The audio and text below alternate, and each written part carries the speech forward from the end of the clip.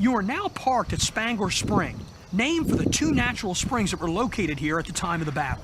This area formed the extreme right end of the Union line, the barb of the defensive fishhook formation. And remember, the advantage of the fishhook formation was the ability to transfer troops from one part of the battlefield to the other quickly and efficiently. The Union Army utilized this advantage on July 2nd. Members of the Union 12th Corps were transferred away from their defensive earthworks. These earthworks are located to your front over the small hill and to your right along the tree line. These men were sent over to the southern end or left end of the Union line in defense against Longstreet's attack.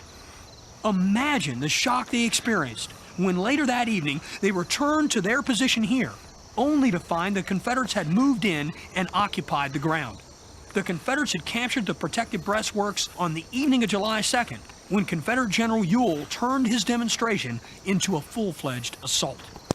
One of the Confederate soldiers who participated in the fighting around this area was a young man by the name of John Wesley Culp, a member of Company B, 2nd Virginia Volunteer Infantry Regiment, a part of the famed Stonewall Brigade. Wesley, or Wes as he was known, was no stranger to these woods. Wesley had grown up in the area. His cousin, Henry Culp, owned a portion of this hill. And Wesley, like young Henry Wentz, had worked in the local carriage industry.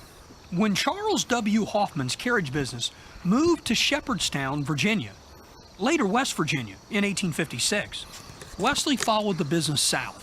When the war broke out, Wesley joined the Confederate Army, and sometime on July 2nd or 3rd, 1863, the exact date is not known, Wesley was killed in action. He was the only member of his company to be killed in action here at the Battle of Gettysburg. But the story doesn't end there. One of Wesley's boyhood friends was a man named Johnson H. Skelly, Jr., Jack Skelly as he was called, a member of Company F, 87th Pennsylvania Volunteer Infantry Regiment. Jack served in the Union Army during the war. The company was recruited locally. Even Wesley Culp's brother William was a member of the command.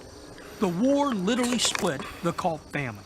Wesley serving in the Confederate Army and his brother William fighting in the Union Army. In June of 1863, during the Confederate advance toward Gettysburg, there was a battle in Winchester, Virginia, about 90 miles southwest of here. Culp's boyhood friend, Jack Skelly, was mortally wounded in the fight. By sheer coincidence, Wesley's regiment was also involved in the engagement, and following the battle, the two men spoke. Skelly asked Wesley that if he got near Gettysburg, to deliver a message to his loved ones, including a young woman named Mary Virginia Wade, Jenny Wade. At some point, Wesley visited his sisters here in town and relayed the story of meeting Skelly. Unfortunately, Culp was never able to pass the news of Jack Skelly on to Jenny Wade himself. Culp was killed fighting in the battle. Jenny, as you know, perished from a stray bullet that struck her dead while she was baking bread in her sister's home. And what of Jack Skelly? He succumbed to his wound on July 12, 1863. 3 friends from Gettysburg, all victims of the American Civil War. As you head to the next stop, keep an eye out to your right, and you will see a series of small earthworks that follow the tree line heading up to the summit of Culp's Hill.